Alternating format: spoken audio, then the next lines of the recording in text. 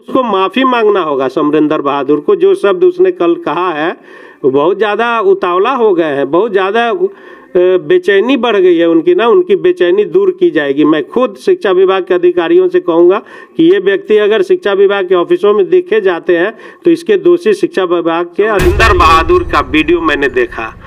वो दलाल प्रवृत्ति का लोग है, दिन भर शिक्षा विभाग में उसको घूमते रहना है बैग लेके, कभी माननीय मुख्यमंत्री जी के मंच के आसपास, कभी किसी नेता के मंच के आसपास, उसका कोई अपना ये नहीं है। और वो वैसे लोग शिक्षक कहलाने के हकदार नहीं है जिन्हें अपनी मान मर्यादा अपने जीवा से क्या बोल रहे हैं इसका परवाह नहीं है, और बोल रहे हैं कि हमको मान सम्मान की जरूरत है, पैसे की जरूरत नहीं है। शिक्षक के भेष में जो घुसे हुए हैं गुंडा टाइप के लोग, ये लोग क्या संस्कार बच्चों को देते होंगे और पढ़ाते होंगे, जिनको अपनी संस्कार की खुद चिंता नहीं है। तो वो एक उंगली ऐसे उठाते हैं तो भूल जाते हैं कि बाकी का 3 उंगली उन्हीं के तरफ रहता है। इस प्रकार की उटपटांग बातें करने वाले शिक्षक जो है ना, और मैं यहाँ से उनका नाम भी ले लेता हूँ। नमस्कार, बदलता बिहार न्यूज़ में आपका स्वागत है। मैं हूँ आपके साथ प्रिया गुप्ता। आज हम आपको एक फिर से नए चेहरे से मिलाने जा रहे हैं, जो है सचिव प्रदेश और जेडीयू के नेता सत्यप्रकाश यादव जी। तो सर, सबसे पहले तो आपका स्वागत है हमारे इस चैनल में। चलिए, बहुत बहुत धन्यवाद। आज हम बात करेंगे सर छपरा की कुछ तमाम समस्याओं पे, उस पे छपरा के बारे में आप क्या कहना चाहेंगे? देखिए समस्याएं अनंत होती हैं, लेकिन आप देखिए कि जब से नीतीश कुमार जी बिहार की बागडोर संभाले हैं, छपरा ही नहीं बिहार कहाँ से कहाँ आ गया। चाहे सड़क के मामले हो, चाहे बच्चियों को घर से स्कूल तक पहुँचाने के मामले हो, बच्चियों को पढ़ाई की सुविधाएं देने के मामले हो, बहुत सारी चीज़ें हैं जो बिहार अब लगभग विकसित बिहार की तरफ बढ़ रहा है। ये जो आपका विकसित बिहार है, छपरा में आए दिन देखा जा रहा है कि इतनी जाम की समस्याएं लग रही है, जिससे जाम होने के कारण कितने विद्यार्थियों का देखा जाए तो एग्ज़ाम के समय में एग्ज़ाम छूट जाना, सही समय पे विद्यालय ना पहुंचकर एग्ज़ाम ना देना, और उसमें देखते हैं कि कितने मरीजों की भी जान खतरे में पड़ जाती है, एम्बुलेंस सही समय पे अस्पताल ना पहुंचना। इसके बारे में आपकी क्या राय है? देखिए, अभी मैं कल ही दिल्ली से आया हूं, और जब मैं एयरपोर्ट आ रहा था तो जाम से वहां भी जूझ करके आया हूं। तो सीमित जगह रह गई और जनसंख्या बहुत तेज़ी से बढ़ी है। ऐसे में जाम की समस्या को इनकार नहीं किया जा सकता है, लेकिन अभी फ़िलहाल छपरा में आप देखिएगा कि डबल डेकर का निर्माण हो रहा है, जगह जगह सफाई के कार्य चल रहे हैं। तो इससे थोड़ा सा शहर में अफरा तफरी की स्थिति हो जाती है, खास करके स्कूल कॉलेज के समय में, या जब लोग सर्विस के लिए कोर्ट कचहरी के लिए शहर में आते हैं उस समय। फिर भी मैंने देखा था कि जब यहाँ के आरक्षी अधीक्षक थे संतोष कुमार जी, तो उन्होंने परीक्षा के समय में इतना बढ़िया से पुलिस को लगाया था हर जगह कि 2-4 परीक्षा उस समय जो हुई थी मैंने देखा कि कहीं जाम की स्थिति नहीं आई थी। तो अभी आरक्षी अधीक्षक नए आए हैं और इनसे हम लोग मिल करके इस जाम के समस्या के बारे में बताएंगे कि इसका निराकरण भी पूर्ववर्ती आरक्षी अधीक्षक ने किस प्रकार किया था। तो ये ठीक हो जाएगा। थोड़ा निर्माण कार्य चलने से भी ऐसी स्थिति हो गई है। जैसा कि आपने बोला कि डबल डेकर का जो निर्माण चल रहा है, तो मतलब कितने दिनों से चल रहा है आप सभी देखते होंगे, लेकिन जो डबल डेकर का निर्माण चल रहा है उससे जो छपरा शहर में अनेक जगह गड्ढाएं हो जाती है, सड़क खराब हो जाती है, उससे कितने बच्चों को मतलब सड़क गड्ढे में गिर जाना या सड़क खराब होने से कितने गाड़ी का एक्सीडेंट हो जाना, इन सब के बारे में आपकी क्या राय है? नहीं, जैसे डबल डेकर या कोई भी बड़ा निर्माण कार्य होता है तो आप देखिएगा कि उसको उस एरिया को घेर दिया जाता है। और अभी आप भिखारी ठाकुर चौक से और इधर जब आइएगा जहाँ लगभग पाया का काम कंप्लीट हो गया है, हाँ, पुलिस लाइन की तरफ देखिएगा, बहुत अच्छी सड़कें भी बनाई जा रही हैं साथ साथ। तो बस कुछ दिन का और इंतज़ार है, छपरा को एक नया तोहफा मिलेगा डबल डेकर के रूप में। अब जो आज से 7-8 साल पहले जाम की स्थिति थी उससे तो थोड़ा कम भी हुआ है, और ये निर्माण कार्य पूर्ण हो जाए, इसी स्थिति को देख करके डबल डेकर का निर्माण यहाँ कराया जाने लगा। माननीय मुख्यमंत्री जी ने इसका वहाँ पे शिलान्यास किया था। और कहा भी था कि छपरा जाम मुक्त होगा। तो अब बस कुछ दिन का और इंतज़ार है, कार्य लगभग पूर्ण होने को है।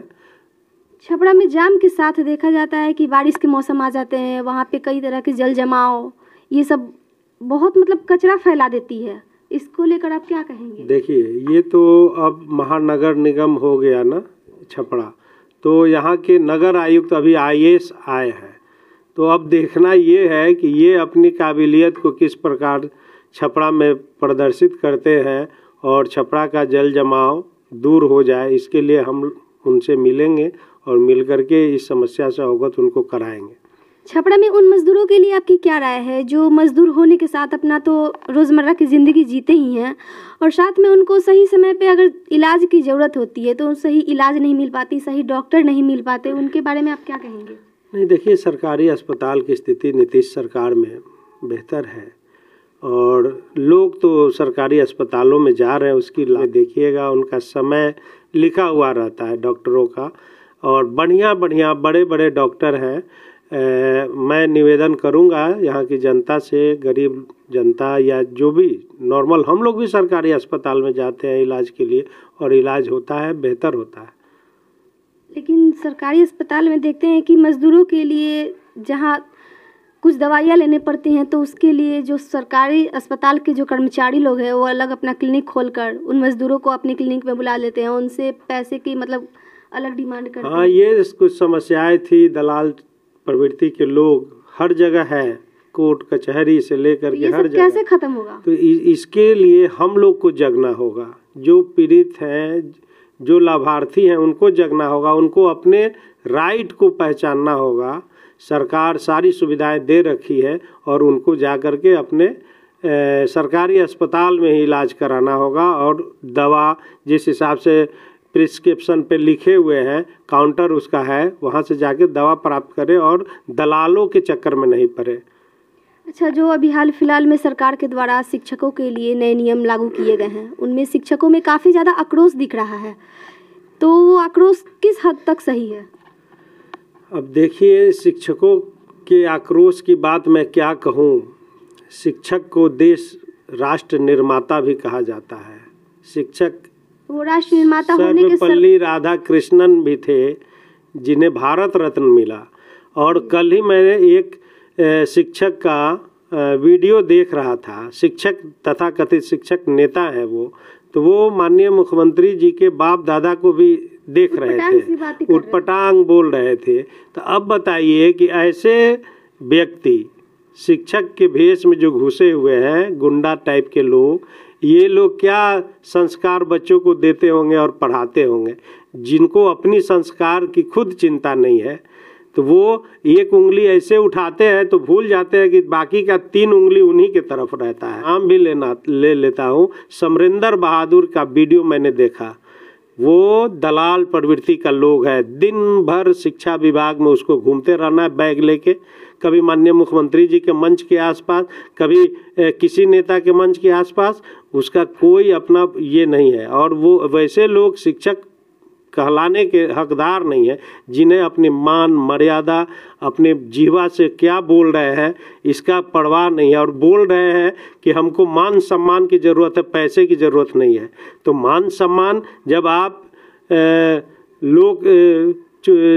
बिहार लोक सेवा आयोग से चुन के आएंगे तो आपकी तो मान सम्मान प्रतिष्ठा ऐसे भी है। ऐसे भी शिक्षक शब्द ही मान सम्मान के लिए काफ़ी है, लेकिन क्या आपको उस टाइप की वाणी बोलनी चाहिए प्रदेश के मुख्यमंत्री के लिए? ये तो गुंडागर्दी है ना, आवाड़ा है उनकी। अब हम लोग मांग करेंगे कि उनकी जांच हो, उपस्थिति। वो जिस विद्यालय में पढ़ा रहे हैं ना, वहाँ मैं जाके DO से मिलूंगा और पूछूंगा कि उनकी प्रतिदिन हाजिरी चेक की जाए, वो कितने क्लास लेते हैं और नहीं लेते हैं। और दिन भर शहर में नेताओं के आसपास वो घूमते रहता है। अच्छा, जो भी हाल इसके लिए हम लोग मांग करेंगे कि उनकी जांच हो, उपस्थिति। वो जिस विद्यालय में पढ़ा रहे हैं ना, वहाँ मैं जाके DO से मिलूंगा और पूछूंगा कि उनकी प्रतिदिन हाजिरी चेक की जाए, वो कितने क्लास लेते हैं और नहीं लेते हैं। और दिन भर शहर में नेताओं के आसपास वो घूमते रहता है। अच्छा, जो भी हाल इसके लिए उसको माफ़ी मांगना होगा समरिंदर बहादुर को। जो शब्द उसने कल कहा है वो बहुत ज़्यादा उतावला हो गए हैं, बहुत ज़्यादा बेचैनी बढ़ गई है उनकी ना, उनकी बेचैनी दूर की जाएगी। मैं खुद शिक्षा विभाग के अधिकारियों से कहूँगा कि ये व्यक्ति अगर शिक्षा विभाग के ऑफिसों में देखे जाते हैं तो इसके दोषी शिक्षा विभाग के अधिकारी होंगे। ये जाएं स्कूल में और पढ़ाएं। चलिए, अगर आपकी बात वहाँ तक पहुँचे शिक्षा विभाग तक तो शायद ऐसा हो सकता है कि कार्रवाई उनके पे हो।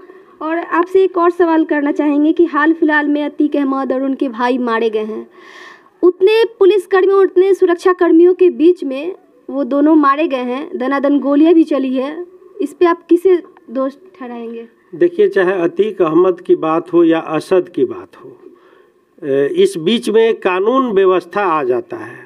और आप जान लीजिए कि उत्तर प्रदेश में महाजंगल राज है। वहाँ पहले क्या होता था, राजा होता था एक राज्य का, और वो जो भी अपराधी उसके चमचों के द्वारा कहा जाता था कि हुजूर इसने ये चुरा लिया, इसने वो चुरा लिया, तो राजा कहता था कि इसको फंदे से लटका दो, और लटका दिया जाता था। कोई सुनवाई नहीं। लेकिन भारत जो है ना, संविधान से चलने वाला देश है, ये लोकतांत्रिक व्यवस्था है देश में, इसको आप कमज़ोर करने की कोशिश कर रहे हैं जोगी जी। आप बताइए ना जी, जोगी जी पर कितने केस थे? जोगी जी के पहले वाले सरकार चाहती तो इनकी भी गाड़ी पलट सकती थी ना। और नहीं कहना चाहिए, आज वो देश के बहुत बड़े पद पे हैं, गृह मंत्री हैं अमित शाह जी। अमित शाह जी पे तो तरीपार का वो हुआ था, उनको दंडित किया गया था। तो क्या उस समय की सरकार यदि बदले के भावना से काम करती तो इनकी भी गाड़ी पलट सकती थी?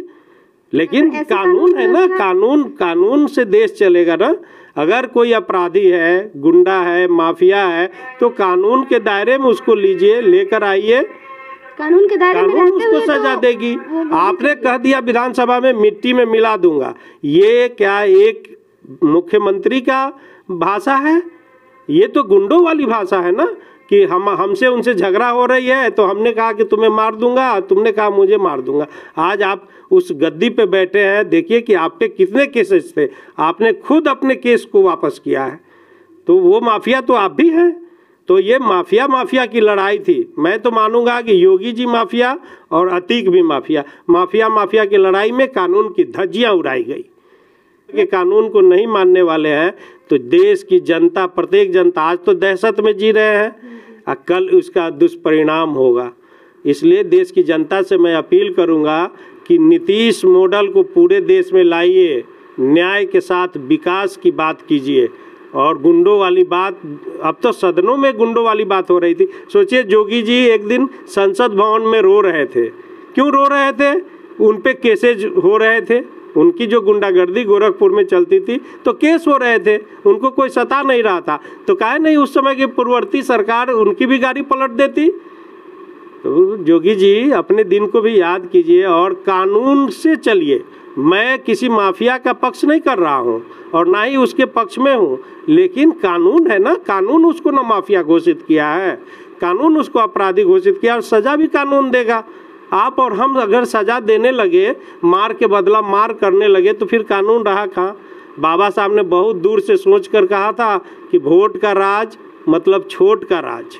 इसलिए मैं सभी से अपील करूंगा कि नगपुरिया कानून वाले लोग को पहचानिए, अपने अंदर का आत्मा को जगाइए और 2024 में देश से भाजपा को विदा कीजिए। नहीं तो नगपुरिया कानून यही है कि काटो मारो। अब बताइए, मारने वाला भी जय श्री राम बोल रहा था, क्या भगवान राम इसके पक्षधर थे? वो तो ऐसे पुरुषोत्तम थे जिनके पत्नी के बारे में किसी ने कह दिया तो वो अपनी पत्नी का त्याग कर दिए थे। वो तो चाहते तो उस आदमी को बुला करके एकदम कुट्टी कुट्टी कटवा देते। तो आप राम को भी मानते हैं और एक कुकर्म कर रहे हैं रावण की तरह, कुंभकर्ण की तरह। इससे सजग रहिए। भाजपा के लोग को मैं कहना चाहूँगा कि ऐसे नहीं चलता है। सर, तो आपका बहुत बहुत धन्यवाद अपना कीमती समय हमारे इस चैनल को देने के लिए। तो जैसा कि आपने देखा, छपरा की तमाम समस्याओं के बारे में इन्होंने अपना ओपिनियन दिया। तो बने रहें हमारे इस चैनल के साथ। मिलती हूँ अगले वीडियो में, तब तक के लिए धन्यवाद।